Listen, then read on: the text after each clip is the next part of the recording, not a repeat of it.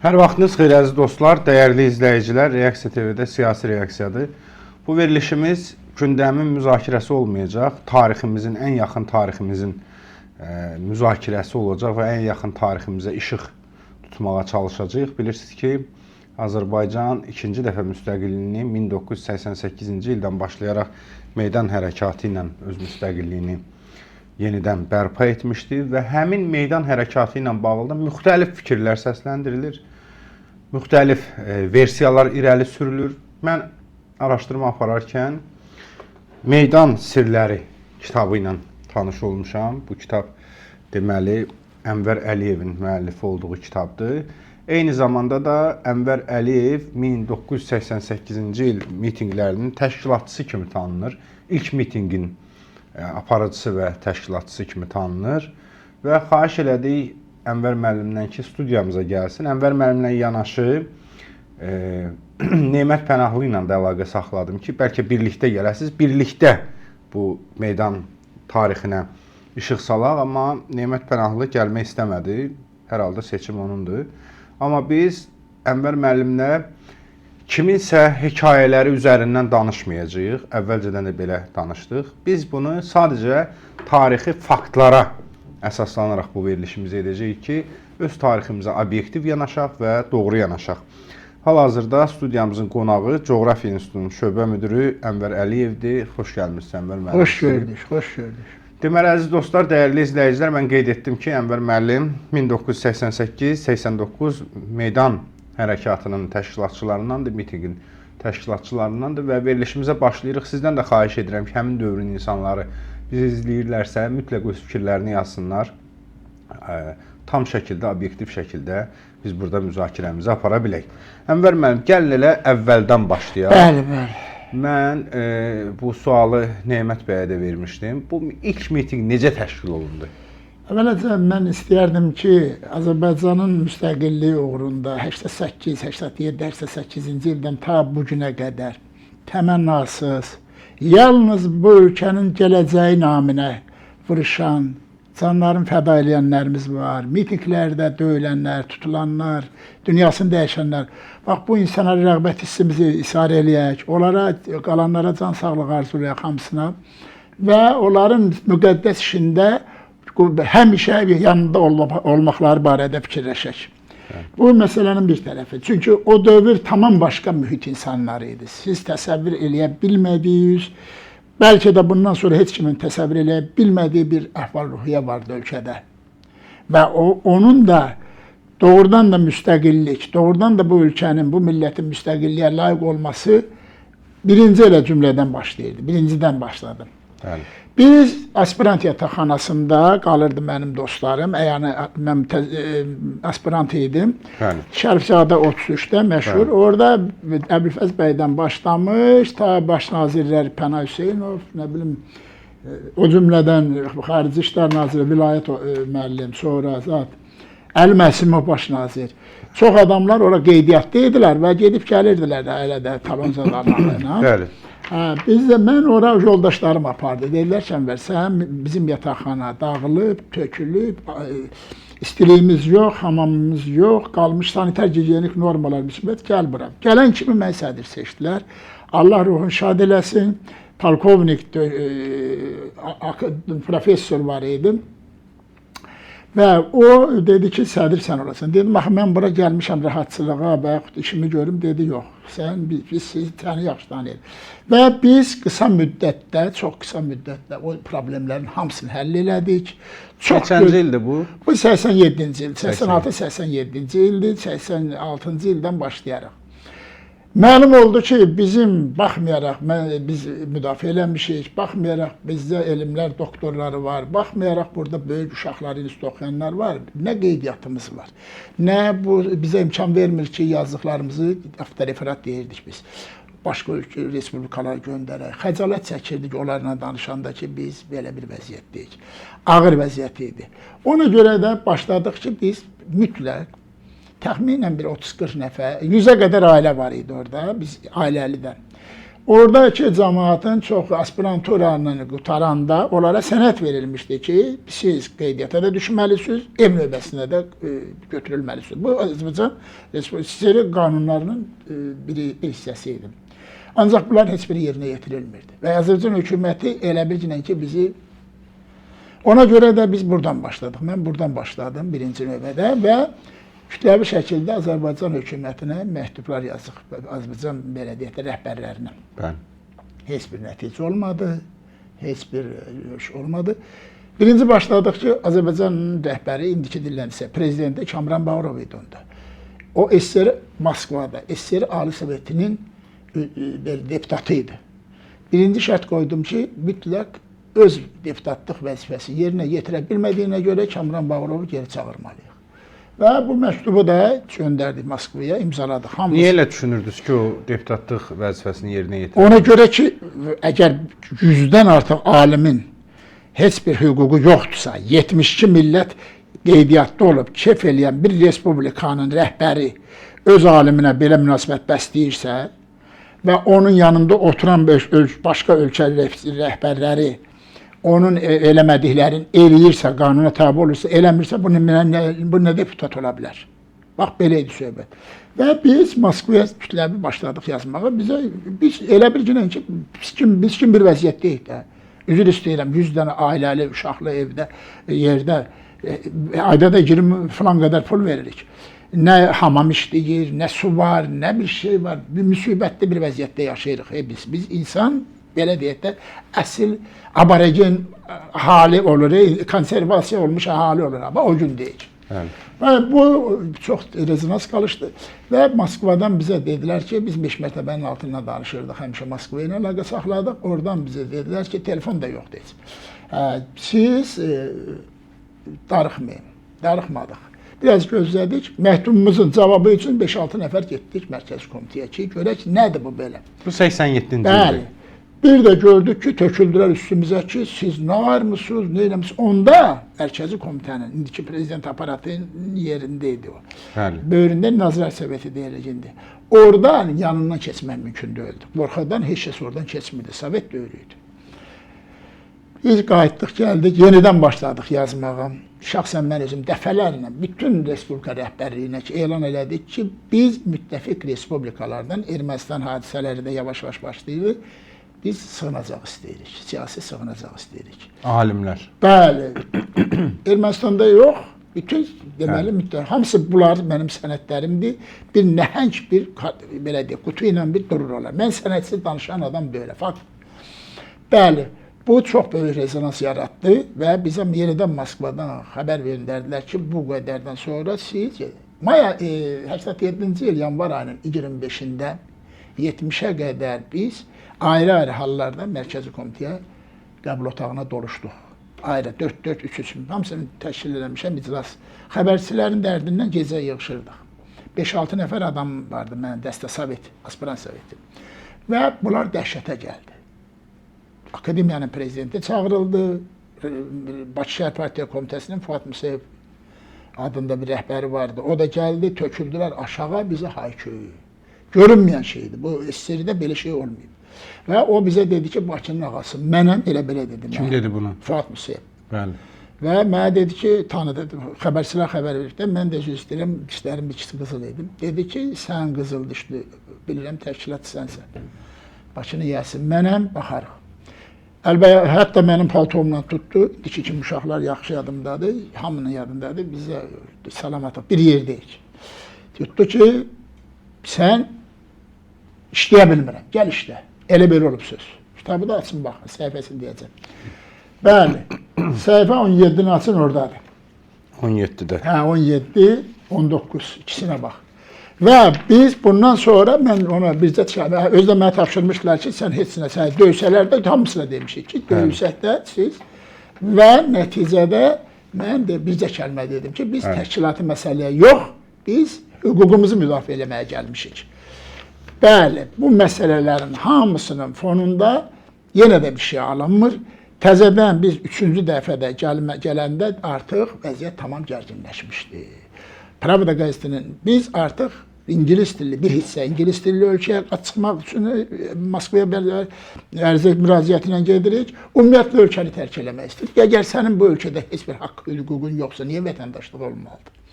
Mən Pravda qəzetinin onda redaktoru vardı, Afanasyev, ondan 5 mərtəbənin yeni altından danışdım. Axşam tərəfi idi, belə vaxtlar. Bəli, danışdım köməkçisi ilə. Dedim ki, xahiş edirik, Afanasyevi telefona çıxar. Mənim 5 dənə dostum var.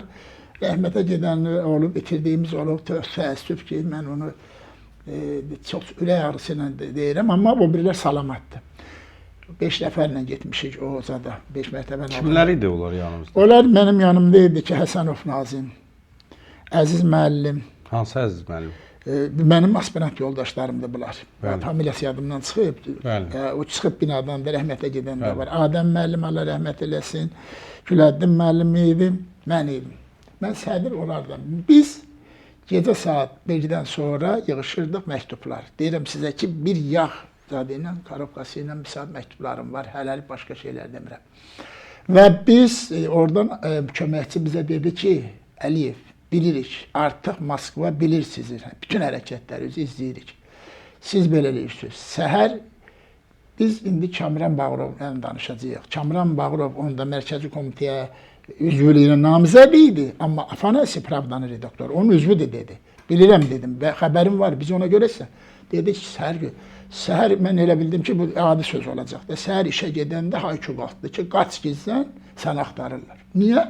Dedilər ki, səhərdən sonra direktor, o birilər, polis gəlib ki, biz yata bilmirik. Kamran Bağırov bu gecə bizi yorğan döşəkdən durğuzub ki, bu nə hərəkət. Mən də ağaşək girdim, 2 gündən sonra direktorun yanına, mərhum Həsən Əliyev idi onda. Dedim ki, Həsən müəllim, belədir, belədir. Dedi, sən doğru deyirsən, bala, dedim, bəli, belə olur. Mənim ölkədə elmlər namizədiyəm mən. Bəli, ondan sonra gözlədilər. 1987-ci il, 88-ci ildə bizim may ayında, 16-sında məktub mənim xahişimlə tərtib olundu, hökumətə təzədən. Çünki tapşırıq güclü idi. Ya ölkəni çıxırıq, ya da ki, biz almalıyıq. 534 nəfərin qeydiyyatı düşdü. Onda deyim ki, mənim adım yox idi. Sizi salmadılar? Bəli, salmayıblar. Sonra, indi dalı da olmalıdır. Gərək biz qeydiyyata düşək. Fikri evində olsa bizi növbəyə götürərlər, növbə yoxdur. Növbəsiz alırıq.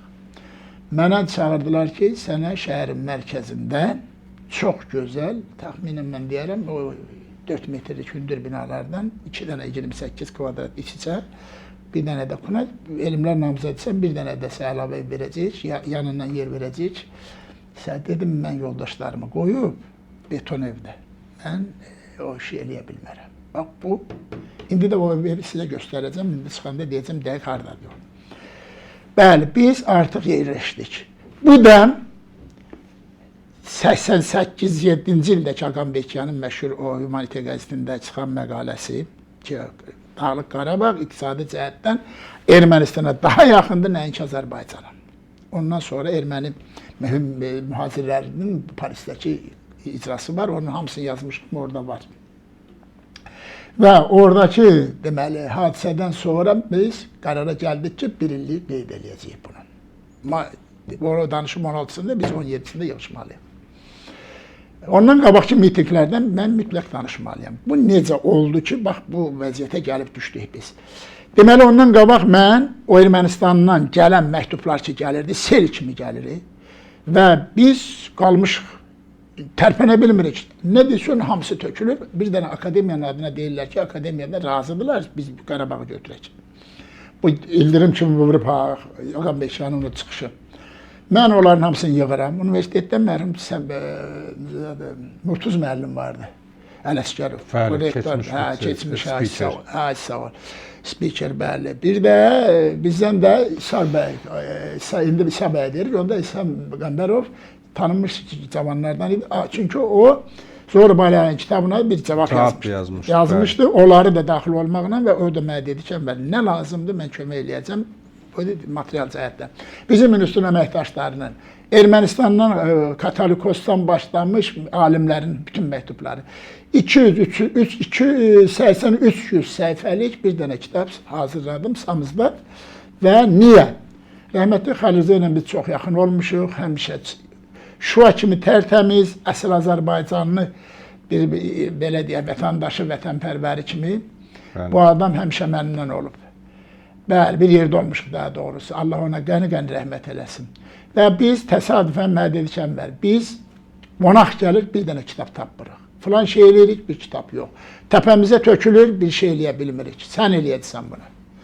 Mən yığdım bunu, bəli, samizdat şəklində, o qarın ədəbiyyatı deyirdik ona. Qarnımızda ora, bura, 2 dildə, yarısı Rus, yarısı Azərbaycan dilində bir kitab hazırladım.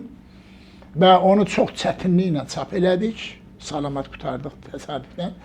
Və onu gizlincə biz satdıq. Universitetin yurt cəmiyyəti də o vaxt fəallaşmışdı. Onlar da Allah tərəfi şükür. Amma tələbədirlər onlar. Kitabın yayılmasında, cəm toplanmasında xeyli müəyyən kömək edə qənimət sahibi. Orada Əlsəfə var idi. Allah rəhmət eləsin. O çox kömək eləyib bizə. Ona görə də bu kitaba xeyli material yığdım mən. Təxminən 280 səhifədir, səhv eləmirəmsə. Və onu çap elədik. Bu Xəlil bir dəfə dedi ki, səni Elçin Əfəndiyev rəhmətlik, çox gözəl bir təşkilatı da var idi, vətən cəmiyyəti də gələk ki, sənin onun yanına gedək, bu gün oraya gedək, boş üstü gedəcəyik. Getdi görə Elçin müəllim elə oturan kimi dedən var, kitabdan bizə niyə vermişsiniz? Mən başa düşdüm ki, gizlin axı, bu gizlin olub. Başa düşdüm, dedim Elçin müəllim, doğrusu nəzərdə var, amma biraz... Kitabda nələr əks olunurdu o kitabda? Bütün o dövrdə o çap olunmuş nə varsa, onun birini indi tapa bilsəm, sizə gətirəcəm, amma Tarix Muzeyinə götürüblər onu. O çox, bilirsiniz, mən tutuldum, evdə axtarış oldu, o yan bir yan, itibat olub o. İndi onun biri ya bir ikisi maksimum mən tapa verəcəklər.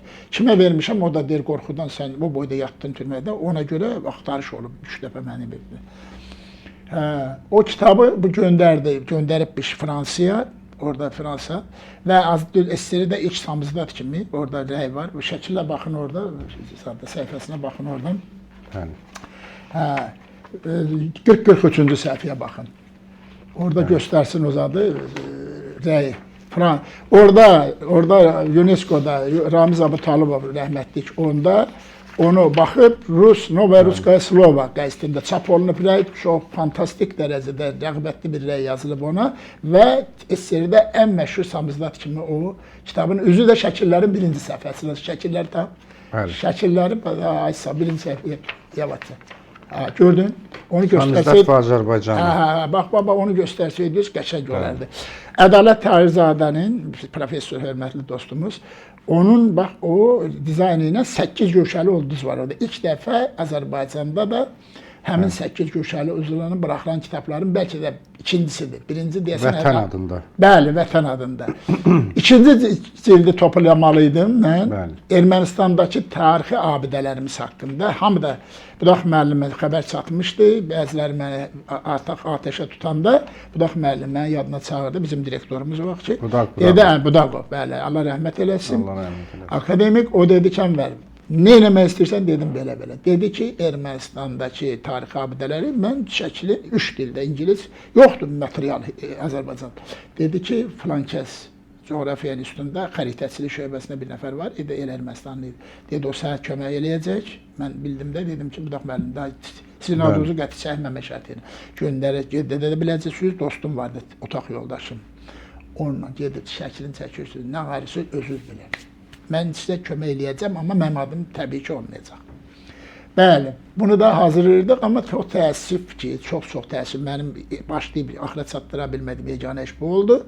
Ondan sonra məndə axtarış tutulandan sonra bütün sənədlər, zadlar hamısı ittibatlı. Oradan da ermənilərlə də əlaqəmiz kəsildi. O da olsaydı çox gözəl olardı. Bəli, bax bu hadisələr baş verib bizə. Bundan sonra artıq gördük ki, ermənilər həddindən artıq şişib, vəziyyət hədə-qadağadan çıxıb və Ermənistandan başladı axınlar gəlməyə. Sumqayıt hadisələrindən sonra vəziyyət lap gücləndi. Qafanla kifayət qədər ora adam gəldi, o hadisələr başladı. Ondan sonra da bizdə artıq, yenə deyirəm, ermənilər dayanmadan, ideoloji cəhətdən, hərbi cəhətdən, nə bilim, qolamaq cəhətindən bütün həm oradakı vətəndaşlarımızı, həm Qarabağdakı vətəndaşlarımızı orada Dağlıq Qarabağın, onda Stepanakert idi adı, oranın pedaqoji universitetində olan hadisələrə baxarsınız, Zahir müəllim sonra. Bir də Ermənistanın Şiddi və Şirazlı kəndinə divan tutulub orada. Sizi inandırıram, bu dəqiqə o şahidlər salamatdırsa, onlar beynəlxalq məhkəmə ilə öz haqlarını ala bilərlər. O qədər səlis yazılıb, o qədər dürüst çap olunub o və onlar rus dilində olub, onu tərcüm elətdirmişəm Azərbaycan dilinə. Bax, bütün bunlar hamısı həmin o kitabdandır, onlar bəziləri. Onları vermişəm orada. Deməli, ondan ibarətdir ki, biz artıq qalxmışıq. Axı bir dəstəm var mənim, böyük bir dəstəm. Kimdir bu dəstədə? Bu dəqiqə. Özümüzün aspirantlarımızla bərabər Politexnikin müəllimi, sonra bəzi televiziyonda ASTV-də onlar çəkib bizi. Sonra orada universitetin yurt tələbələri bilinir də hamısı. Fevral ayında artıq vəziyyət o gəldi ki, miting olunmalıdır. Bakıda Neçənci ildir? 88-ci il. Bəli. Deməli, rəhmətli Ziya Bünyatov çıxıb, onu da deyim ki, ondan qabaq, o yadımdan çıxmasın. Bakı dövlətin müəllimləri, akademiyanın işçiləri, biz hamımız, akademiyanın dairəvi zalı var, saatlarla soyuq havada, onun barədə Tarverdi Paşayev var, Namiq İsmailov var, mənim dostlarım da, o dəstədən, bizim 5 nəfərdən başqa. Onlar da dəstələrlə yığıb gəlirlər, Əbülfəz Əliyevdir o vaxtı. Sonra bizim dostlarımız da o işlər, hamısı bir yerdə işləyirik. Onlar da gəlirdilər. Biz saatlarla ayaq üstə dayanıb soyuq havada haçarı alırdıq. O vaxtı onu açırdıq, orada güclü iclas gedirdi. O iclaslar hamısı, oradan gələn məktublar oxunurdu, oradan gələn işlər oxunurdu. Belə deyək də, bir ideoloji cəhətdən hazır idik. Bəli, 19-u deməli, fevralda akademiyanın qabağına yığışdı Fantanın yanına, sonra keçdik o Cəfər Cabbarlı tərəfə, üzr istəyirəm, Zat tərəfə, Hüseyin Zabit tərəfə rəhmətlik. Orada artıq vəziyyət tutuldu. Orada bir balacaca haki qopdu, sonra yola düşdük zada. Birbaşa Leyli meydanına gedirik. Adam dolub, cəmaət hazır vəziyyət. Adamları necə təşkil elədiniz birdən? Təşkil birdən-birə belə idi, akademiyanın cəmaəti yığışıb ora. İndiki o situasiyanı mən deyə bilmirəm axı ki. Misal üçün, təsəvvür elə qadın pəncərədən, balkondan çığırır. Ay cəmaət, yavaş gedim, uşağı bağçaya qoyub gəlirəm. Politexnikin tələbəsi, universitetin tələbəsi. Axı, bilirlər ki, bu hadisələr ola bilər. Metronun ağzı doludur adamla. Elə bilginən ki, o vaxtı insanlar tamam başqa cür idilər. O mühit başqa mühit idi. Və biz birdən görürdün ki, mən qabağa düşən kimi 50-60 adam tökülürdü.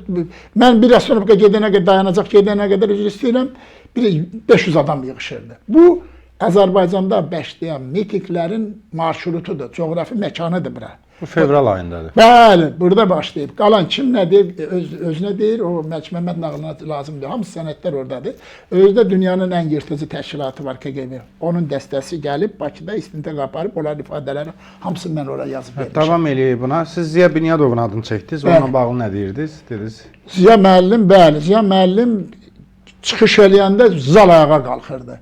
Universitet müəllimləri qorxudan bəzən gəlmirdilər. Sonra Kamran Bağırov gəlib bir dəfə rüsvayçılıqla gedib rəhmətlə deyək də neyniyək ki, dünyasını dəyişib. Ən güclü orada araatırlar. Mərdanə çıxış eləyən Məhəmməd Əsədov var idi o vaxt. O Daxili İşlər Naziri işlədi. Sonradan vertolyotda fəda oldu. Bəli, Allah ona rəhmət eləsin. Çox hazırlıqlı. Biraz bu çıxmasını onlar deyirdilər ki, misal üçün Qazaxdakı torpaqlar. Onda Məhəmməd rəhmətli mənə yaxın olmuşuq ona. Mən həqiqi mənada fantastik dərəcədə o mükəmməl bir kişi idi. O mənə dedi ki, bu nədir sən coğrafiyaçısan? Bu nədir? Dedim, Məhəmməd müəllim, bizim xəritəmizi çəkənlər oturub Tiflisdə, oradadır iqamətgah. Xəritəni çəkənlər ruslar olub, Azərbaycanlı kartoqraf olmayıb orada. Erməni ya özü eləyib, Ruçkanı bircə 1 sm tərpədəndə 6 kilometr getdi ermənilərə. Yaxud da ki, Azərbaycan, Rusa birini araq alıb, üzr istəyirəm, deyib, o da 2 sm çəkəndə 12 kilometr getdi. Xəritə ilə yerdəki düz gəlmir. Artıq o kişi onu tutdu, möhtəşəm bir çıxış elədi. Bir dəfə də o zadda çıxış eləyib, çox gözəl, onu da deyəcəm. Bax, belə bir situasiyadır. Gələk mitingə, dediniz ki, Hüseyin Cabitdən başladı. Bəli, başladıq oradan, Politexnik qoşuldu. Yol boyu düz gedirik. O vaxt zaten musiqi məktəbinin yanında Əzbəyim heykəli var. Orada polislər qarışdı işə. Sonra bir-iki dəfə də yollarda tutdular ki, bilirsiniz, indi bəziləri deyir, polislər də təzyiq eləyirdi. İndiki kimi əzi gücü yox, eləmək yox ha. Yazıqlar neynəsin? Onlar da deyir də qurban olum sənə, bu alçaqlar bilmirsən nə qarır. Mən sizə fakt kimi deyim ki, 87-ci ildə Bakıda 220 min erməni var idi, 135 min Horuz.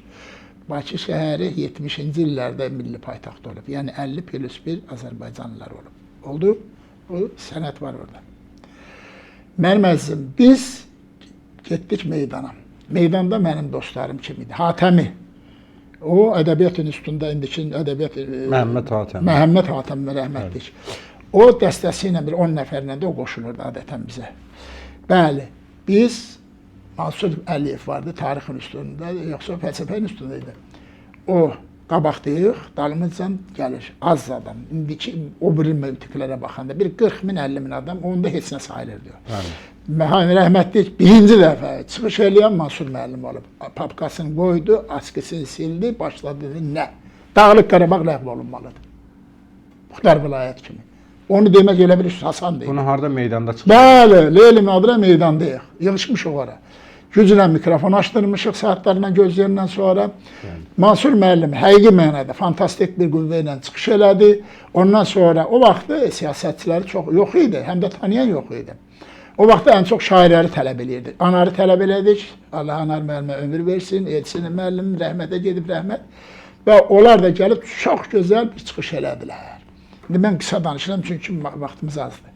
Ondan sonra Bəxtiyar müəllim, Rüstəm Behrodu bir vətən şeiri oxudu. İndi ki, mən onlar hamısını gündəliyimə yazmışam kitaba ona görə. Hamının haqqını vermək lazımdır. Və ondan sonra çıxış elədik, dedirik Mərkəzi Komitənin qabağına. Buradan onlar eşitsin. Bu fevral ayıdır. Bəli, fevral ayının 19-u. Bəli, var orada. Deməli, mən də razılaşdıq. Mən Hatəmi Mansur müəllim qabaqda olmaqla dedik ki, gedirik prezident aparatının qabağına. O zamanki Mərkəzi Komitənin üzr istəyirəm qabağına.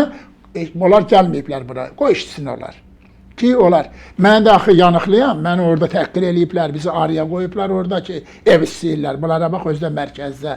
Fuad Musayev deyirdi və Fəthullah Hüseynov da döyüb bir-iki dəfə bizi. O zamanki polkovnik. Polkovnik, hə. Allah rəhmət eləsin. Hə. Onlar vəzifə borçları idi bəlkə də. İndi Fəthullah müəllim rəhmətlik fədakar kişi idi. Hə, nəsə deməm odur ki, hamı ayaq üstədə, əsr bir dəqiqədə. İnanırsınız ki, biz Mərkəzi Komitənin qabağına gedənə qədər meydanla 2 dəfə sayımız artdı. AP-nin tələbələri qoşuldu oradan, Rus dili institutu qoşuldu. Tanıyırlar axı artıq, bir-birimizi tanıyırıq. Çatanda ora yenə həmin çıxışlar oldu. Mərkəzi Komitənin qarşısında. Bəli, Mərkəzi Komitənin qabağında. Orada sizə mane olmadılar? O boyda şey mane olmaq olar. İkincisi də ki, Ermənistan gecə-gündüz Stepanakert-lə Ermənistan indi öz adlarını, əvvəlki adlarına deyirəm. Gecə-gündüz miting eləyir. Onlar mane olurdular, bəli, olurdular. Amma baxdılar, gördülər ki, mümkün deyil.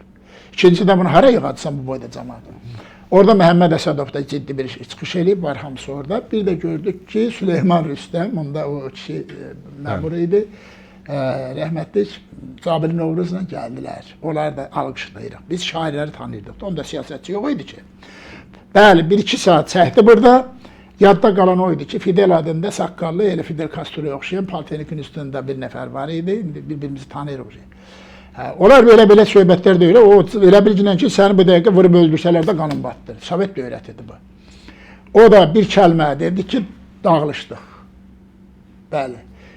İlk dinç dövrün ilk mitingi bax belə oldu. Orada yadımda 2 şey qaldı. Birincisi, bütün ağaçlar, qadınlar çox idi qadınlarımız, tələbə qızlarımız. O qədər həssaslıqla, o qədər diqqətlə, siz təsəvvür eləyin cəmaatın bir ucu çatıb Aznef meydanından biraz bəridən onda zad deyildi. İndiki muzeyin yanı, bir tərəfi metro, bir tərəfi bu tərəfdən belə. Yəni ki, deməyim odur ki, dırnaq atsan yerə düşmür ha. Və biz orada, mən qutaranda hamısını qeyd eləməliyim axı bunları. Görürdüm ağaçlarda zadlar asılıb, ayaqqabı, misal üçün, çalmalar, baş örtükləri, nə bilim, pulqabılar. Biz onu xaricdə deyirdik adətən. O qədər insanlar bir-birinə həssas idi ki, deməklə bunu bunu ifadə edə bilmirəm də mən o situasiya. Niyə asırdılar onları? Çox. Aləm qarşı birinin sumkası düşüb, birinin ayaqqabısı sınıb. Bəs belədir cəmaət ha. Yenə deyirəm, orada ən azı bir 50 min, 60 min adam topalanıb. İndi birinin çalmasıdır, yolda gələndə düşdü yerə. Birinin dəsmalı düşüyor. Birinin nə bilim mən nə idi. Hamısı asılıb oradan qəşəngcə onlar da bax belə bir vəziyyət var idi. Çox həqiqi belə deyək də insana təsir edən həssaslıq var idi. Heç kəs bir adam bir qadının misal üçün ayağını tapdalamaq yoxdur orada. Hə. Belə o qədər həssas bir-birimizi. İnsanlar o qədər birinə mehribançılıq yaranmışdı ki, mən dəhşətə gəlirdim ki, hə, belə şey olar görəsən. Bunu adətən Pribaltikada görürdük, xaricdə görürdük. Bax belə bir hadisələr yavaş-yavaş. İlk mitinq bu idi. Bu idi bəli. Bəli. Sonrası yavaş-yavaş o kitab başladı. Biz artıq Xəlil Rza öz dostlarına verir, Elçin müəllim xaricə göndərir. Dostlarımız satırıq ki, pul yığaq ikinci cildi üçün dediyim. May ayında artıq vəziyyət dəyişildi. Təzədən Ermənistandan, Sumqayıtdan, nə bilim, Dağlıq Qarabağdan qaçqınlar yenə gəlir. Yığışırıq ora, bura və s. Ən çox Ermənistandan çox adamlar gəldi onda. Mən yenə deyirəm, qısa danışmalıyam ki, axıra çatdıra bilim. Mən onu gördüm ki, may ayının 15-də yığışdıq Sabirin heykəlinin yanına. Orada da yenə Hatəmi çıxış elədi, biz çıxış elədik bir-birimizlə. Fəthullah Hüseynov dedi ki, yaxşı mitinq eləyirsiniz, amma sizin üçün mən yer ayırmışam. Hatəmiyə dedi. Hatəmi də baxır belə diqqətlə, qayıtdı ki, sağ ol bə Fəthullah müəllim, harada diyor? Dedi ki, Sulutəpədə. Sulutəpə nə də şəhərin dağlı qaçqınların əlində elə şey olar. Prezident aparatının qabağına yığışırlar cəmaat. Zarafata salmışdı bunu belə. İroniya ilə dedi. Dedi özümüz tapacağıq. Axşam avtobusdan gedəndə uşaqların hamısına tapşırıldı ki, elədir ki, mən sizə deyirəm, sən də borcunda 5 nəfərə deyəsən, o biri 10 nəfərə deməlidir. Ki, sabahları hamı bir nəfər, yox, 6-cı gün hamı bir nəfər kimi meydanda olmalıdır. Elm meydanında. Bəli, hamı bir nəfər kimi. Bu hansıdır, may ayıdır? May ayının 14-ü, mən 15-i, bax belə, 14-üdür gərək ya. Hə, 15-i axşamı, üzr istəyirəm, rəqəmlər çoxdur. Hə, gəldik, mən istədim ki, vəziyyəti yoxlayım da gedim. Bəzən görürdüm ki, o vermağın yanına taxta ilə kəsiblər. Bəzən görürdüm, gecə ilə mən gedirdim, yoxlayırdım, ya gündüz səhər tezlərindən ki, orada vəziyyət nətər. Səhər işə gedəndə gördüm ki, uşaqlar çıqqıldaşırlar. Elə ki, universitetin yanına getdim, gördüm, nə qədər burada qaçqın var. Paltar əllərində, torbada, salafanda, insanlar nə gündə. Bunlar kimdir? Dedilər, biz Ermənistandan gəlmişik, Şiddi və Şirazı kəndindən. Nə olub? Bunlar danışanda inanırsan adam ağlamaq tutur. Qadın xeylə belə şeylər danışır. Onların məktubunu qoymuşam, oxuyarsın sonra. Ay bacım, nədir bu belə? Məni görən kimi tələbələr yığıldırar üstümə, təcili şəkildə. Universitetin Yahya müəllimin adında bir rektor vardı, Allah rəhmət eləsin, yaxşı kişi idi. Biz öz adamımız idi də, belə deyə çox. Bu çıxdı, bu gəldik universitetə. Dedim ki, bunlar gəlib ki, tələbələr gəlsin də. Bizim yanımız demirəm, o meydanın formalaşdığı yerdir. Tonqalı da elə bir. Yahya müəllim dedi, ay bacı, əmələ gəlmir, belə elə. Yer istəyirdilər qalmaq. Onlar deyirlər ki, miting eləyib meydana, biz dərdimizi deyək, qırılır, erməni dayanmır, erməni əməlli başlı iş görür, biz dayanmışam. İstər-istəməz gördüm ki, yetişib məsələ. Elə əlimi bizə verirəm, getdi, bax beləcək. Onda gördüm ki, onlar 500-600 tələbə, uşaq, qadınlar, bunlar da qoşurlar qabaqda. Keçdik universitetin inşaat tərəfdən bir qapısı var, orada taxta-tuxta. Oradan keçdik, amma şəhərdə maneələr yox idi, qabaqsına baxmışam. Getdi, Paltenikin yanında artıq dəstə böyüdü. İnandırıram sizi ki, indiki musiqi məktəbinin yanınacan, yəni onda Əziməyevin heykəli deyildi. Ora qədər bir 10 min, 15 min adam yığışdıq. Parlamentin qabağında dəstəni ucun bucağını tanımaq olmur, saymaq olmur. Bəli, biz getdik meydana. Yenə də Hatəmi dəstəsi ilə çıxdı oradan. Ancaq gecənin bir yarısında köhnə Univermağın qabağından taxta çəkiblərmiş. Gördü ki, xəbər gəldi ki, taxta ilə kəsiblər oranı.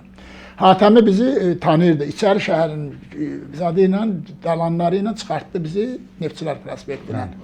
Üçümüz, yenə Hatəmi, mən, Mansur müəllim, indi o birilər də var idi, tələbələrdən. Tələbələr də halımızda artıq bir-birimizi tanıyır. Keçdik meydana. Həmin o yoldaşlar, orada indi çıxışlar var. Ədalət Tarzada bunları yaxşı yazıb. Bəli. Onların əlyazma institutuna qədər mən yazmışam, ondan sonra Ədalət yazırdı. Bəli, yataqxanalarda, bizim yataqxanada, akademiyada, universitetlərdə hamısında mitinglərdir. Yığıncaqlardır, hamı dolu dolu. Və ani sürətdə meydana ən azı bir 100 min, 150 min, bəlkə də çox, indi onu saymaq nətər, onu gəlib bölgədə yığışdılar, yaxşı bir miting. Bu dəfə dedilər ki, daha gedirik, parlamentdən, Bəxtiyar müəllim rəhmətli gəldi ki, yoldaşlar, bizim ağsaqqalımız idi.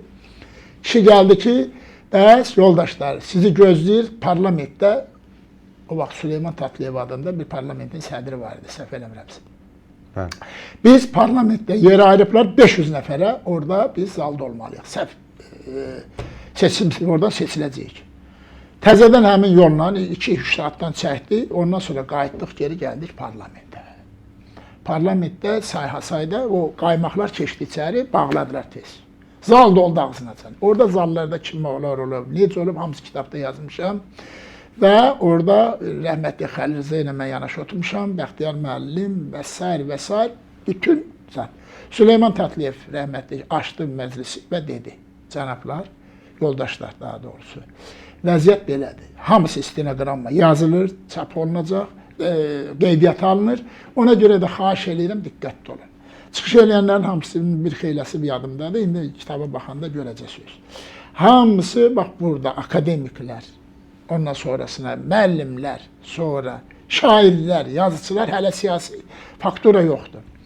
Hamısı çıxış elədi və hətta Püstə xanım dedi ki, mən dədəm Əzbəyevin heykəlin üstün Ermənistanda qopardıb atıblar. Onacan. Hamı öz dərdim dedi və biz yavaş-yavaş başa düşürük ki, bu alınmır. İndi burada nə alındı? Alındı o ki, biz çıxdıq çölə. Mikail Mirzə şair. Bəli. O vaxt ki, aktyor daha doğrusu, şair dedim, üzr istəyirəm. O düz parlamentlə ASTV-nin qapısının ağzında qışqırdı ki, işimiz yarımçıq qaldı, təzədən mitingə çıxmalıyıq. Bunu demişdi, Bəxtiyar müəllim də oradaydı, İsmail Şıxlı rəhmətli ki, oradadır. Biri Yahya müəllim idi, hansı idisə bir Paltenik, Mirzə müəllim. Gündəlim oradadır. Qışqırdı ki, kişi döz, sabahı yox, birisi gün tələbəsi, dəstəsi ilə mitingə çıxmayan. Geçdim bir yana gördüm, Xəlil Rza da orada pilir ki, 18-i mütləq mitingə çıxırıq. Hansı ayın? May ayının, həmin 16-sından bir gün sonra çıxırıq. Bəli, hazırlıq, plakatlar yazılır, şuarlar yazılır, 18-i səhər tezdən artıq tələbələrlə mən çıxıb gələndə gördüm ki, bu hökumətin mitingidir. İndi hökumətin mitingidir, hökumət də açmalı idi onu, o əmbiyanı yox idi. Hamısı şuarlar, cəmaət 100 minlərlə. Alada rızqı fabriki, mayda ki olur, nə bilim mən, filan zavod, filan fabrik, filan təşkilat, universitet dəstəsi ilə oradadılar. Yenə güclü bir miting, güclü bir çıxış. Amma onu da deyim ki, burada adam, o tarixi faktı, kasetlər də var. Mitingi Ramiz Mehdiyev açdı indiki. Bəli. Hökumət yaradıb bunu. Və Nüsrət Kəsəmənliyə dedi ki, Nüsrət Kəsəmənli aparacaq. Daha öncə biz gördük ki, bu bizim işimiz, bu bizə böyük təsir elədi ki, mitingi dəstəmiz hamımız buradayıq, amma bunlar apardı. O bizə sonra deyəcəm ki, o bizə nə dərsi verdi. Bax, bu da bir güclü miting oldu. Sonra yay tətilinə çıxdıq, biz ezamiyyətə getdik. May ayının axırında Kamran Bağırov və Əbdürrəhman Vəzirov əvəz elədi. Onlar da, Vəzirov özü təşkil eləmişdi bir mitingdə, iyulun 3 idi, nə idi, orada oldu. Onda olanlar dövlət mitingləri idi. Gəldik sentyabrda hamı məzuniyyətdən qayıdıb tələb edərsə, işçilər işə, vəziyyət gərgin olaraq qalır. Faciəli şəkildədir. Şəhərdə tərpənmə yeri yoxdur. Qaçqın əlindən, köçkün əlindən, müsibətli bir şey. Şəhriyə rəhmətliyin zadın 40-ı idi gərək ki, cümə axşamısı. Mən Hatəmi Xəlil Rza zaddaydıq, Təzəpir məscidində. Orada bir yaxşı namaz qıldıq, sonra hər şey qaydasında. Qulağımıza pıçıldadıq ki, əzizim, vəziyyət çətindir. Bu günləri 100-ə qədər qaçqın prezident aparatının qabağında, onların hamısı qeyd olunub orada gündəlikdə, kitabda. Filan şey eləyib, filan yerdən filan kəslər gəlib, dəstəyinə filan yerdən artıq şəhər şişir. Miting havası tutur. O neçə qar yağmamışdan qabaq bir boşluq olur havada. Belə bir vəziyyət yaranıb. Doğrudan da hamısı da çıxanda deyir, hanı bu alimlər, hanı bu tələbələr, harada batmısınız, alim qoymuşsunuz adı, bizi ittiham edirlər. Üçümüz rəhmətliklərlə gələndə metroya, Baksovetə tərəf piyadan, Mansur müəllim də qoşuldu bizə. Dedi ki, qardaş, bunun axırı yoxdur, bu deyəsən qaynayacaq. Təzimdən, Xəlil dedi ki, tələbələrlə zadla görək nə qalacaq. Bu cəmaət gəlir, şəhər partlayır, şəhər sirkələnir. Bəli. Kakras biraz keçmişdi, üzr istəyirəm. Vəziyyət belə gətirdik, 17 noyabrda artıq vəziyyət ora gətirib çıxardır. Akademiya dağılır tayda. Elə bir gün olmur ki, miting olmasın haykü ilə. Elə bir gün olmaz ki, orada universitetdə yığıncaq olmasın. Yataqxanalar ayaq üstədir, küçədə söhbət gedir. Hamı öz dərdindədir. Deyirəm, o situasiyanı deməklə olmur. Minlərlə, milyonlarla, yüz minlərlə adam eyni şeyi danışır. Eyni vəziyyətdədir. Bunları yönləndirmək lazımdır. Bəli, Sabir bağında, qaranlıqda, saat 7-8 olardı, Hatəmi çıxdı, çıxış elədi, dedi ki, xalq cəbhəsidir. Yox, xalq cəbhəsi yox, xalq nəyi, o yazmışam, yadımdan çıxdı. Cəhbəs yaranıb, onun bir adı var, fadında gərək ki, bir nəfər vardı və Hatəmi də onun sədri olub, bəs yığışacaq mütləq. Bu bir sıraq oldu. Sonra bizi təzdən oradan qovladı polis, milislər. Birazca da buradan həssaslandıq. Avtobusla, hamımız, bütün avtobus söhbətlə gəlirik, gəldik, dedim, hazırlaşmalıyıq. Bu ayın 16-sında olub, axşamlar. Axşamları Zadın yataqxanası otağı var da, Səfa rəhmətli. Orada, bilməm, bəlkə siz də baxa bilərsiniz, Zadın mağazinin üstündəki otağa yığışdıq. Mən idim, mən ortaq akademiyanın yataqxanasından 2 nəfər, Muxtar İmanov var indi akademik, o bir də Salih müəllim Hüseyrov rəhmətlik, mənim də yanımdan gəldi. Biz Muxtar müəllimi orada gördük. Yurt cəmiyyəti qaynayır, cavanlar. Belə, yenə deyirəm də, yetişib hər şey. Əvvəlki vəziyyət yetişir. Ayın 16-sı yığışdıq ora. Həmin yurdun uşaqları, mənim o dostlarımla vəziyyəti danışdım ki, biz erməniyə erməninin adı ilə cavab verəcəyik. Özünün təbliğat, özünün metodu ilə. Nədir bu? 1 ay, 5 gün, 10 gün qalacaq meydanlarda. Necə onlar otururlar meydanda. Biz də Azərbaycan bayrağını qopardıb atıblar. Nə bilim, Dağlıq Qarabağ oyun çıxardır, Yerevan dağılır. Necə ola bilər? Biz onlardan neçə dəfə iqtisadiyyatımız böyük, əhalimiz böyük, ərazimiz böyük.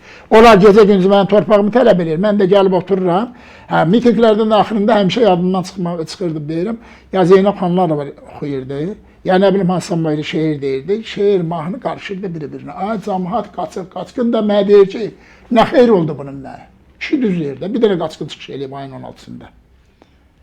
Onlar da topu ilə yazıqlar qalıb küçələrdə. Yer yox, yurt yox. Bəli, ayın bu uşaqlara mənə yaxşı sual verdilər. Dedi ki, müəllim, nətər olacaq? Yenə biz başlayacaq, başqalar aparacaq. Dedim, yox. Biz şüarlarımızı yazacağıq. 7 noyabrdan xeylək flaşkalar qalıb, xeylək parça qalıb, uşaqlar tapşırdıq. O yurdum uşaqlardır burada əsas. Əlavələr də var. Biz 2 dənə yaxşı şüar yazdıq. Dağlıq Qarabağda Azərbaycanın siyasi, iqtisadi, hüquqi hakimiyyəti bərpa olunmalıdır. Dağlıq Qarabağ ləğv olunmalıdır. Qutardı. Yazacaqsınız, yazırlar. Uşaqlar tapşırdılar, yazırlar. 2 dənə, 4 dənə zad yazdım mən də, mətin. İkisi bu idi. Biri də bizim Ağdamda komenda saatı ləğv olunsun ki, Ağdam ora zad eləyə bilsin.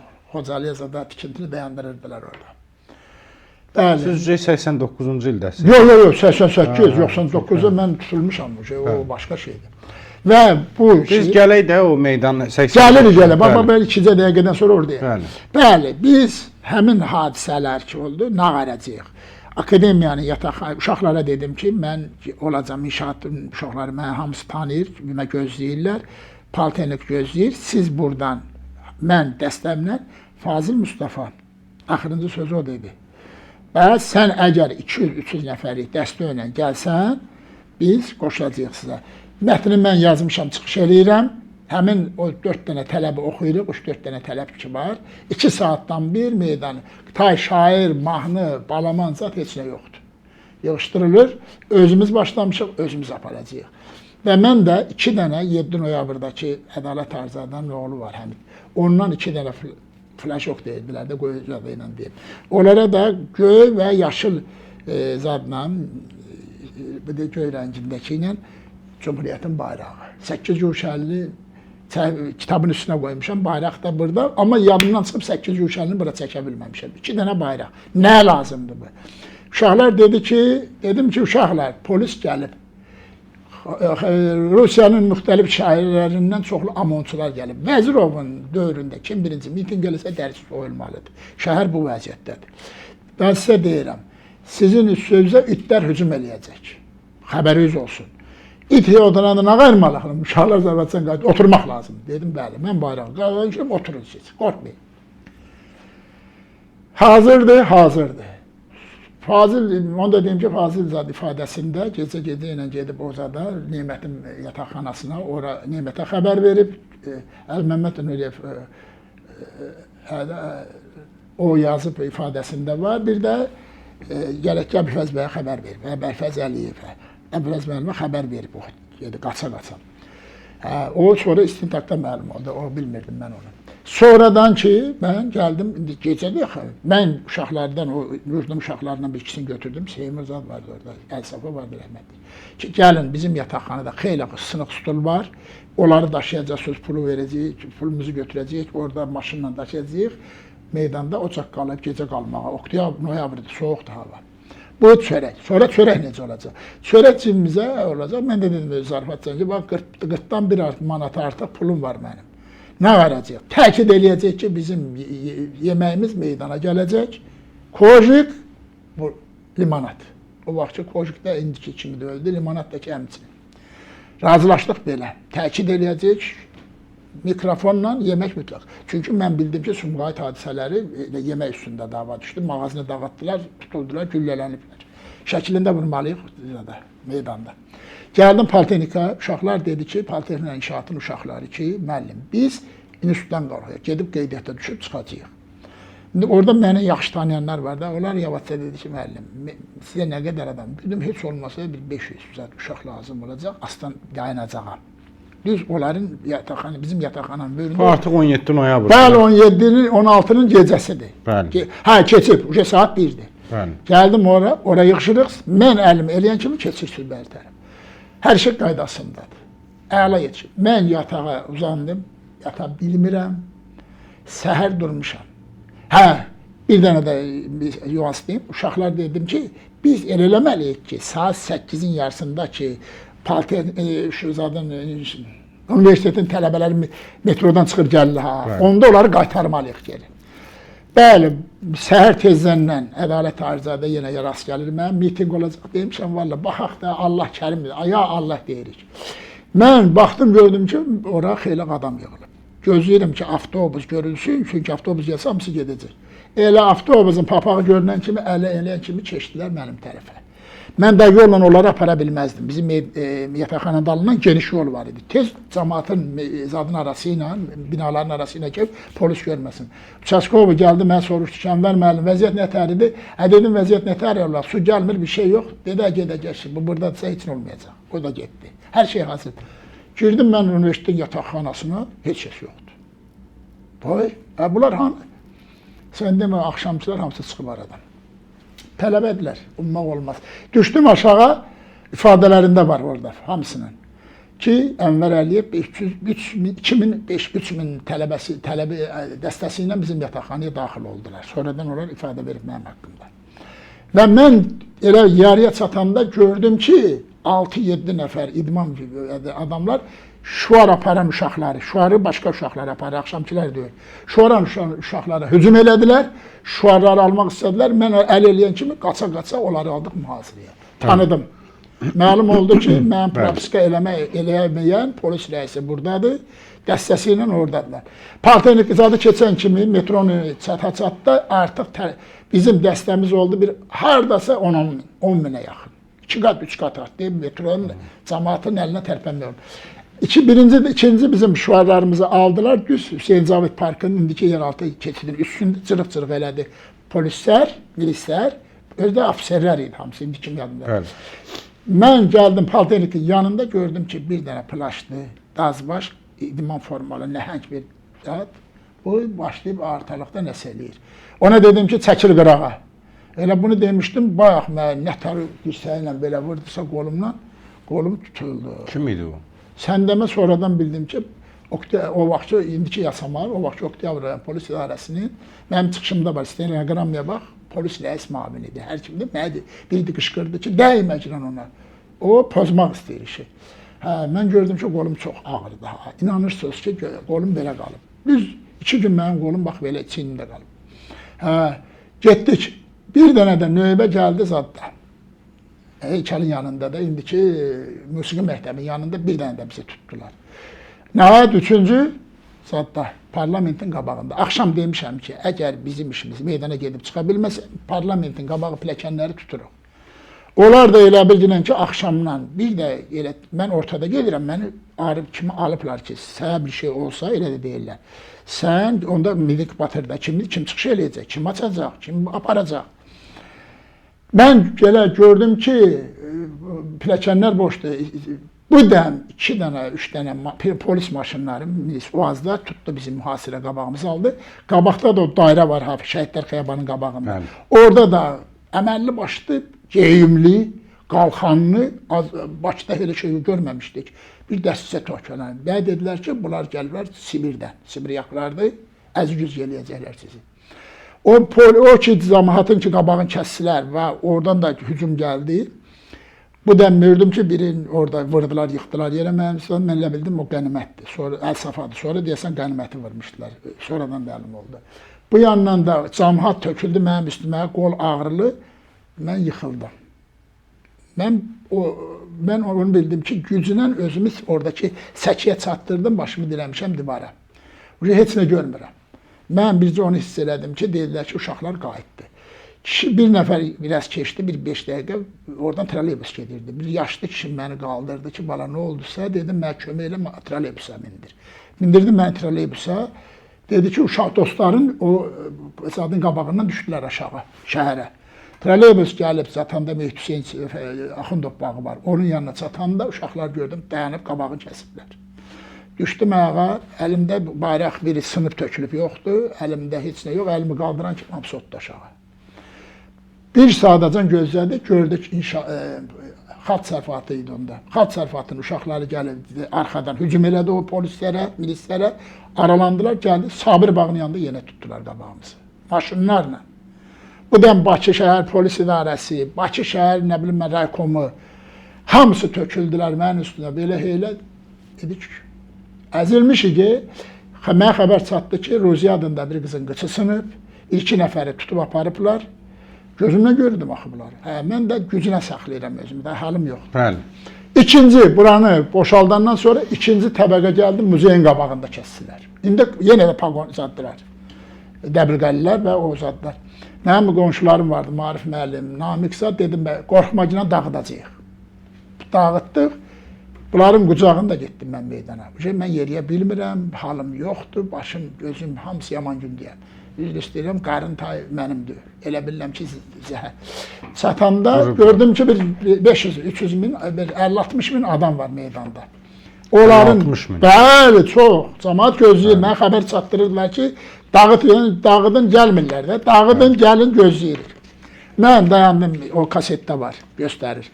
Mən dayandım pilləkənin qabağında, dedim, zadım, turbinanı boşaldım. Turbinanı boşaltdılar, çıxdım. Axşam dediyimiz kimi başladım oxumağa. Kim var idi tribunada siz gələn? Tribunada mənim dostlarımla, Xəlil Rza məndən incimişdi, rəhmətli, sonra dostlar idi. Sonra var idi orada, gərək ki, indi mən onları... Neymət Pənahlı tribunada idi? Yox, aşı orada yox idi. Onun deməyinə görə onlar qabaqcadan hazırlaşıblar ki, biz mitingləri dağıdacağıq, belə eləyəcəyik, hökumətlə danışıb olar. Hamısı var orada, onu siz oxuyarsınız. Necə yəni mitingləri dağıdacaq? Onlar Nemətin hansı səhifədədir? Oxu da onun. Deyin görüm. Səhifə 27-yə bax. 27. Hə, 27-də olmalıdır oradan. Yoxdursa burada verim sizə. Səhifə 27-də. Deməli, Müqəssir Pənahov, Cinayət işi 3-cü cild, səhifə 21-23. Sonra mən, burada mənim və günahım var. Mənim nə günahım var? Siz imkan verməyəydiniz demişdim ki, Cümşüdün Allah üstüvə Yox, o deyil, üzr istəyirəm, buradadır. Buradadır, çox xahiş edirəm, buyur buradan oxu. Hansıdır deyim mən? Hə, deyəm bir dəqiqə. Verin mənə, bəli. Buyur, burada istintaqın materiallarıdır. Bəli. Hə, oxu oradan. Deməli, Bakı şəhəri 6 may 1989-cu il Müstəntiq Repalov dindirmə saatı 10:35-də başladı.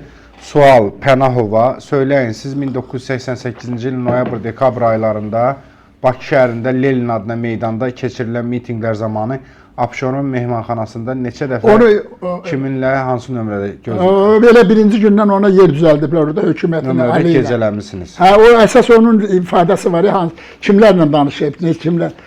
Orada olmalıdır mütləq. Ola bilər. Yox, indi oxudunuz onu. Burada ancaq şeydir, siz əyləşin, mən verim sizə. Hə. Orada da efirdə də göstərir. Onu tapın. Əziz dostlar, dəyərli izləyicilər, bu ən yeni tariximizlə bağlıdır. 1988-89 meydan hərəkatı ilə bağlı. Fevralın 26-sından başlar. Bəli. Deməli belə.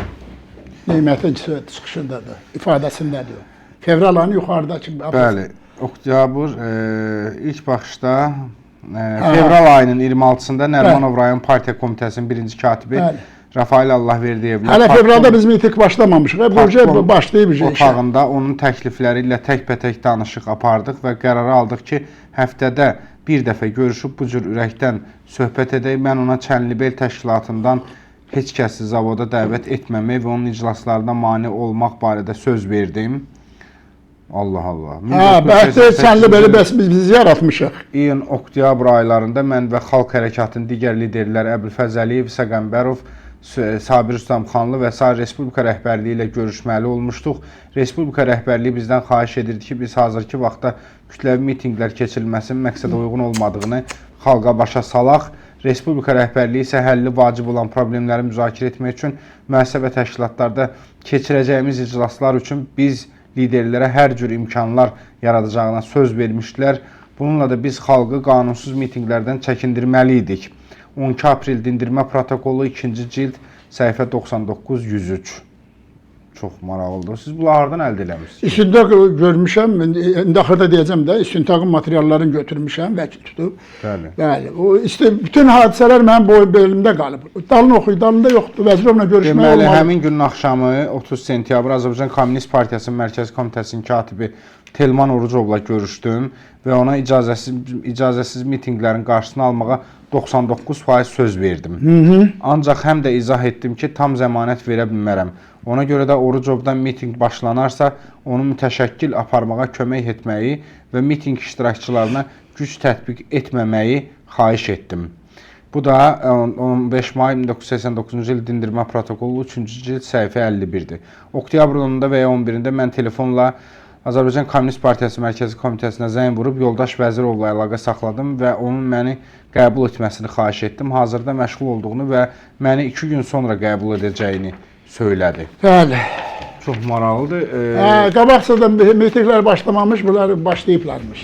Buyurun. Ay sağ olun. İndi verəcəm yenə orada maraqlı şeylər. Bəli. Siz mənə gəlin, biz artıq 1 saat keçmişik. Gəlin biraz bu tarixi işdir, bunu saatlar yox. Başa düşürəm. İndi biz bir proqrama bunu yerləşdirə bilmirik də. İlk miting başladı deyirsiniz. Bəli. İlk mitingin aparıcısı siz oldunuz. Bəli. Meydanda təşkilatçısı, aparıcısı o Hatazad oldu. Mansur müəllim başladı birinci. Mansur müəllim. Çünki o ağsaqqal idi, tarixçi idi. Həm də mən axı hökumətlə düşmənəm. Mən istənilən vaxtı mənə ilişdirə bilərdilər. Ona görə həm də Mansur müəllimə dedim ki, Mansur müəllim, biz sizi Hatəmidir, siz Siz ictimaiyyətlə məşğul olan, ictimai elmlərlə məşğul olansınız. Siz çıxış eləyin, biz mitinqi siz. Sonradan biz ikinci mitinqdən sonra dedik ki, yaxşı, biz gedirik. Mahnı oxuyurlar, yeyirlər, içirlər. Biz qallıq ortada. Biz özümüz aparacağıq. Deməli, indi sizə bir sual verəcəm. Artıq siz 1 saat danışdınız girişdə. İndi mən suallarımı verim, siz cavab verin. Deməli, iddialar var ki, həmin o mitinqlərdə, o xalq cəbhəsində falan KKB, o zamanın KKB-si təşkil etmişdi. Bunu Nemət Pənahlı da çıxışlarında dəfələrlə deyir. Sizin fikrinizi alaq. Kim təşkil edirdi? Bir dəqiqə, mən xalq cəbhəsi yarananda türmədə olmuşam. DTK-nın izolyatorunda olmuşam. Bu mitinqlərə görə? Hə, bəs nə? Ancaq ona görə İçəridən 36 nəfərlik məşhur general Semyonovun, Qıdılyan Semyonov dəstəsi var idi. Orta Asiyanı məhv eləyən, Qazaxıstanı məhv eləyən. Onlarla məni həbs ediblər. Mən Zahir müəllim, yeganə adamam ki, rəsmi şəkildə istintaqın içində elədiyim, hamı mənim adımı çəkib. Mən özüm də demişəm ki, kim sizin adınızı çəkirdi? Hamısı çəkib. Hamısı kim? Yüzlərlə. İndi verəcəm ifadələrdə. İndi mən ad çəkmək istəsəm, orada gəlib bugün burada olam. Qoy mən buradan deyim də, olmaz. O istəyirsən vaxtının. Hamısı deyib ki, Ənvər Əliyev eləyib. O ağsaqqallar. Ancaq mən boynuma almışam. Meydanı dağıtmaq istəyindi. Meydanda ola bilsəydik, bircə bəlkə nə olar, bir dəfə də imkan yaradım, bir dəfə də ikinci seriyada çəkək. Eləyərik, amma indi bəzi məsələlər var. Məsəl üçün pul məsələsi var. O pullar sonraya qalsın. Bu pul məndən sonra olub. Mən dövrümdə... Burada mən qabağıma çıxır 162 səhifədə. Neymət Pənahov. Bax, yenə deyirəm, əgər rayonlardan pul zat gətirən varsa, şəxsən mənim özümə desin. Burada Rəsul adlı oğlan var. Onu körləmədə, onlar da qəşəng materiallar var. Tələsmə, hələ bunu oxu sonra. Bax, burada. Sonra... Orada maraqlı bir məsələ ondadır ki, siz nə soruşdunuz məndən? Mən soruşdum ki, ilk mitinqdə kim var idi? İlk mitinqi 17 noyabr ki, biz onu dirçəliş günü kimi qeyd eləyirik. Həmin günü mitinqi kim təşkil elədi? Dedim, mən gəldim. Siz təşkil elədiniz? Bəli, çıxdım. Mansur müəllim mitinqi apardı. Ağam Bekkanın çıxışına, bax, gəlib, burada var da, stenoqramla oxu. Bəli, mən sənədsiz danışa bilmirəm, mən sənət lazımdır. Verin stenoqramı. Gələ stenoqramla. Verin mənə.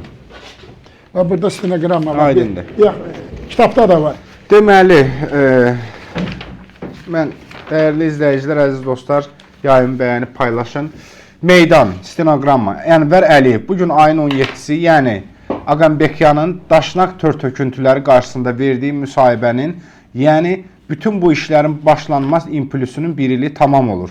Bir ildir ki, biz danışırıq, şeir deyirik, qəzet oxuyuruq, hirslənirik, yatmırıq, bayram keçirmirik, ancaq heç bir nəticəsi yoxdur. Qulaq asın, əl çalmaq lazım deyil. Bizim məqsədimiz planlı, ağıllı bir nümayiş təşkil etməkdir. Bu nümayişin tələbi 3 bənddən ibarətdir. Son məqsədimiz, əgər tələblərimiz yerinə yetirilməsə, 24-48 saat və qeyri-müəyyən müddətə burada oturaq bir nümayiş keçirməkdir. Oturaq, yerdən səslər, oturaq. Birinci məqsədimiz ondan ibarətdir ki, Bakı Şəhər Milis İdarəsinin rəisi Yoldaş Hüseynov, söhbət Fəthullah Hüseynovdan gedir, dəyərli izləyicilər. O dövrdə qara polkovnik adlandırılır. Bəli, bizim tutulan qolları sınan yoldaşlarımızı bir-bir çıxarıb gətirir bura, ondan üzr istəyir, təsdiqləyici səs-küy var meydanda. Birinci yoldaş Hüseynovdan xahiş edirik ki, bütün yoldaşlarımızı cırılmış paltarları ilə, əzilmiş qıçları ilə bura gətirsin. Yoldaşlar gəlməyincə heç kimə qulaq asmaq fikrimiz yoxdur. Əgər tələblərimiz yerinə yetirilməsə, bayrağımız enir, başa düşürsünüz nə deməkdir bayraq enmək. Bayrağının hay sağ olun. Sağ olun. Birinci yoldaş Hüseynovu çağırın. Səsdən alın, bircə dəqiqə qulaq as.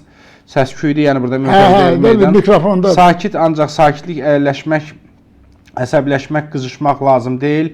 Şüar getdi, əyləşin, hamı əyləşməlidir aşağı. Kim bizimlə gəlibsə otursun aşağı, əyləşsin. Yoldaşlarımızı buraxmasalar heç kəs heç yerə getmir, əyləşməyə gəlmişik, heç kimə qulaq asmırıq, ancaq əyləşmək.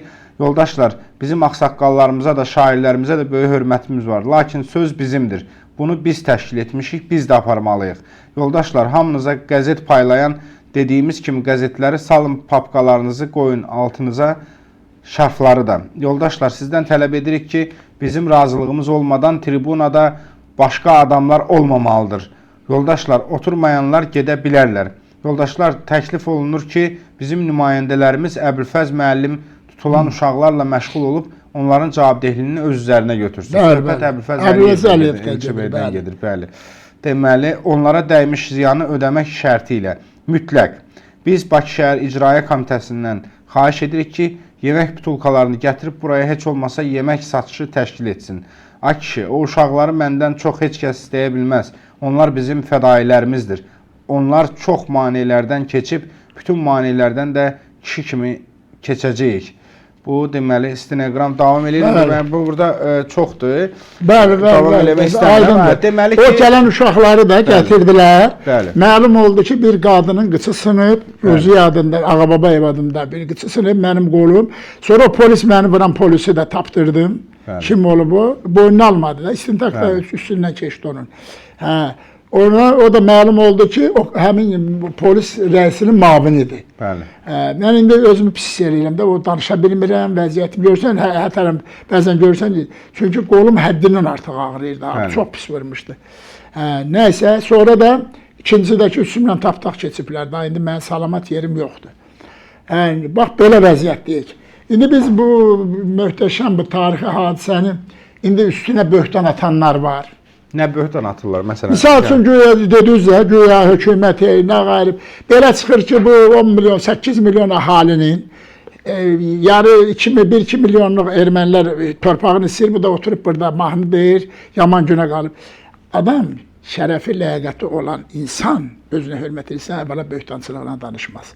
İkincisi də ən vacib odur ki, 100 minlərin gördüyü işə böhtan atmaq ən böyük ləyaqətsizlikdir. O adamlar bilməlidir ki, bunun dalında o uşaqlar dəfələrlə çox belə məyusdur və öz tariximizi ləkələyirik və orada iynənin ucu boyda, mən müəllim bir daha da təkrar edirəm, iynənin ucu boyda mənim gördüyüm işlərdə, o cəmaatın işlərində xəyanət varsa, bizə Allah lənət edir. Yoxsa onların namus qüriyyətini erməni kişilərinə dəfələrlə həvalə ediblər. Uşaqlar. Çünki o uşaqlar, bilirsiniz, nətər uşaqları qaldırıb polis çırpır deyərək. Bilirsiniz, məni nətər tapdaq ediblər. Bilirsiniz, nə qədər biz əziyyət çəkmişik. Sonra siz kənara çəkildiniz və meydan artıq... Yox, mən, bu hökumətin nümayəndələri var axı. Mən 2 gün onu apardım. Xəstə, mikrofonda qışqırıram ki, mən tərpənə bilmirəm. Mən istəyirəm. İndi sonra deyərəm. Mən dedim ki, mən istəyirdim Əbülfəz bəylə aparım. Əbülfəz müəllimlə aparım. 2 saat, 2 gün mən Əbülfəz müəllimə söz verə bilmədim. Cəmaət tanımırdı da, indi zor deyil ki, akademiyası. Nemət 2 gündən sonra söz ala bildi, o da nə ilə? Dedim ki, dəmir gətirəcəm, burada asfalt yansa, Bakı Şəhər Partiya Komitəsinin katibi dedi ki, burada 1 metrə asfalt yansa, səndən alacaq bunu. Məndə pul hardadır? Pul yox. Nemət bəy necə gəldi meydana? Hardan gəldi? Hökumətlə danışıblar, onlar hazırlaşırdılar da. Mən xəstə adam dedim ki, gedim müalicə olun. Mən dayana bilmirəm axı ayaq üstə. Qışqırıram ki, mən dözə bilmirəm, oturmuşam. Burada deyirsiniz ki, Neməti Pənahlını əvvəlcədən o dövrün hökuməti hazırlayıb. Özü ifadə verib də orada. İfadəsində yazmayıb ki, biz hökumətlə görüşmüşük, belə eləmişik, şey eləmişik. Öz ifadəsini siz oxudunuz axı. Bəli, oxudum. Yadınızdan çıxdı. Oxudum, yəni bir təkrar siz... Bilirsiniz, o neçə dəfə təkrar olunub. Hətta o birində də verib ki, həmin onu 2-3 yerdə verib ifadələrin, hamısı var orada. Və birində də yazıb ki, hökumət bizə dedi ki, əgərləri, mitinqi siz ala bilməsiniz, polislə Ənvər Əliyevi qolayacaq orada. Və mən də 2 gündən orada... Deməli, onda belə anlayıram ki, Nemət Pənahlını hökumət əvvəlcədən özü deyib. Ənvər Əliyevdən mitinqi alın. Yox, bilmirdilər axı ki, onlar fevral ayından hazırlaşıblar, əvvəlindən hazırlaşıblar. Özü yazıb oraya ifadədə ki, 2-3 yerdə ki, biz hazırlaşmışdıq filan kəslərlə bir yerdə, hökumətlə danışmışdıq. Əgər mitinq olsa, mitinqi necə almaq? Əgər bir ifadəsində də yazmışdı ki, indi mən onun yadından çıxıb da səhifələri. Bir ifadəsində yazıb ki, polisdən istifadə eləmək. Mən 2 gün bitər müalicə olundum, qolumuz adımı düzəltdilər. 2 gün keçəndən sonra gəldim, gördüm ki, məni polis içəri buraxmadı. Xəlizanı buraxdılar, ikimiz gəldik. Məni buraxmadılar. Mən də elə bilirəm ki, dedim, bunlar da elə yaqın ki, normal aparacaqlar da. Sonra baxdım, gördüm, mən yox, başqa istiqamətə getdi. Bax, vəziyyət belə dəyişdi. İndi yaxşı olar ki, bir dəfə də görüşəndə o növbəti hissələri deyir, orada tarixi şeylər çoxdur, həddindən artıq. Çünki Azərbaycan tarixçiləri tariximizi yazmaq üçün sənəd axtarırlar. Mənə də 50 dəfə deyirlər. Bu sənəd belədir. dünyada ən yırtıcı, ən qorxuncu bir təşkilatın apardığı istintaqa mız qoymaq olmaz. Nə oldu? Təsadüfən bir adamın biri bildi ki, bunu kim eləyib və yaxud da ki, o da bildi, amma istintaqda Nemət dedi ki, mən öyle şey deməmişəm. Mən görmüşəm Ənvəri. Mənə polis zad deyirdi ki, polis Fəthullah Hüseynovla o biri deyirdi ki, Şəhər Partiya Komitəsinin katibi deyirdi ki, zad sən burada mütləq zad eləməlisən. Asfaltın cavabını verməlisən. Mən də cibimdə 41 manatım var idi. Pul aldılar ki, yemək götürəcək, fırıldaqçılar oğurladı, apardı. Qalmışam cibimdə. Kim aldı? Mən nə bilim, mən pul yığır ki, demişəm ki, mən çimək çörək al gətir. Amma mən orada sağ olsun Mədəniyyət Nazirliyinin xanımları, işçiləri yemək verdi, bir-iki gün dözdüm. Sonra dözə bilmədim axı. Çıxıb gəlmişəm, tapşırmışam Əbifəz bəy idi, Sabir Üstamxanlı idi sonra. Neməti kimi idi orada tanınır. Mən 2 gün onu fitləyib qalıyırlar. 2 gün gücünə söz verirdim. Sonra necə oldu Neymət birdən-birə meydana Sonradan Sabir Üstamxanlı elə mikrofonu alan kimi birinci dedi Sabir Üstamxanlı gəlsin. Çünki Sabir müəllimi tanıyırlar. Sonra da dedi ki, pul yığanı Rəsula pulu birbaşadır. Hansı ki, mən ictimai yerdə pul yığmağı qadağan eləmişdim. Bildimi, bu Neymət necə oldu birdən gəldi, meydanı idarə elədi? Bəs mən deyirəm ki, mən xəstə adam, getdim müalicə, 2-3 gün qaldım evdə ki, müalicə olum, qolumuz Axı ağrısı. bu bir fəhlə idi, o vaxt zavodda işləyirdi, necə gəldi? Yox, bu hökumətin əlaqəsi olub da, zavodda bunlar iş görüblər o vaxtı. Biraz zavodda mitingzad eləmişdilər bir balaca. Və o gəlib də orada fəhləni verdilər də qabağa. İndi mən nə bilim, sən demə məndən qabaq bu hökumətə. Mən hökumətlə düşməyəm, vuruşam, bu hökumətin əlbir olan adam. Nə var ki onu? Mənə müstəntiq, çox amansız bir yırtıcı Rus müstəntiqi deyirdi ki, Əliyev, səni ancaq dedim də divara dirəyib güllələmək lazımdır. O qədər düz işləmsən, əyri tapa bilmirik. Dedi ki, sən bu turbinanı elə qurmuşsan 2 gün dalbadal ki, mən hər 2 saatdan bir oxuyuram, formalaşdırıram. Burada istənilən adam aylarla bu mitinqi idarə eləyə bilər. Orada heç nə yox idi. Heç kəs dəymir, mikrofon açılır, danışırsan, tələbləri oxuyursan, sonra da bağlanır. Qutar getdi. Nemət də ayın 19-undan orada var da stenoqrammadı. 19-undan bu şey pul yığmağa başlayıb. Nə edirdi o pulları yığıb? İndi vallahi onu ayrıca danışarıq da, onun özünə sual verirdin də. Deməli belə eləyirik. Biz 1 saat 11 dəqiqəni keçmişik. Mənə elə gəlir ki, bunu verilişimizin birinci hissəsi adlandıra bilərik. Çünki hələ biz gəlmədik. Yox, iş çoxdur orada. Hə, çünki çoxdur iş orada. Çünki orada ola bilsin 3-cü də olacaq. Çünki orada var meydan. Nətər oldu? Siz demişən yığılan pullar. Bəli. Sonra gəlir. Ondan sonra gəlir həbs olunduq axı. Gecə ilə mən 2-3 dəfə iş yerimi axtardılar, evdə axtardılar. Mən Fəthullah Hüseynov, işte 2 də zadını o vaxt Bakı şəhər polis idarəsində 3 dənə meydanda tanıyırdıq da, bizi döyənlər var idi. Əvvəlki yığıncaqda itələyənlər, ondan sonra qolqıçımızı sındıranlar. Onlar gəldi məni işdən uğurladılar, apardılar. Nə evin xəbəri oldu, nə yoldaşlarımın, dostlarımın. Sonradan, onu indi qabaqsını danışmaq istəmirəm, sonradan məni Bakı şəhər polis idarəsində saxladılar və ailə vəziyyəti, ailədə artım olduğuna görə, indi oğlumun da oldu, onda buraxdılar məni. Özü də burada var da, Fəthullah Hüseynovun burada var meydanı təşkil edən kimi. Orada siyahıda vermişəm sizə, qara hərfinə yazmışam. Meydanı təşkilatçı kimi gedirəm hər yerdə mən. Bəli. O rəsmi şəkildə, istintaqda da mən təşkilatçı kimi orada var. Bir saatlər deyimsə, 25-ci səhifə kitabda da var, orada da var. Hə. Deməli, mən bu yerdə demək istəyirəm ki, bax, burada var Neymət Pənahovun var stenoqramdan, Vahabzadə var, Bəxtiyar... Bəli, onlar 2 gün, sizə deyim də, mənim dövrümdə gecə gündüz hamı bir nəfər kimi, Hatəmi də, Neymət də, Bəxtiyar müəllim də, hamı dedi ki, meydanı dağıtmalıyıq. Meydan dağılır. Ben 4-cü gün eləmişəm də, ayın 17-si düşdü 4-cü günə. İş günü oldu, hökumətin mitingi. Bunlar dedi ki, 6-cı bazar günü yığışacaq, gələrsiniz oraya. Çünki Vəzirovla da görüşdük axı biz. Kiçik bir hissə verilmişdir, aşağıda yığılan pulların. Lahaç qəsəbəsi 2150 manat, Bakım vermağı 2861 manat, Mingəçevir rayonu 10.000 manat, Oxu da gör. Alüminium zavodu 8000 manat, Binəqədi qəsəbəsi 1311 Stomatoloji mərkəzi 1000 manat, Azərbaycan televiziyası 1200 manat, Abşeron sanatoriyası 800 Zahar manat. müəllim, gələcək proqramı Məşqi. körləyirsiniz.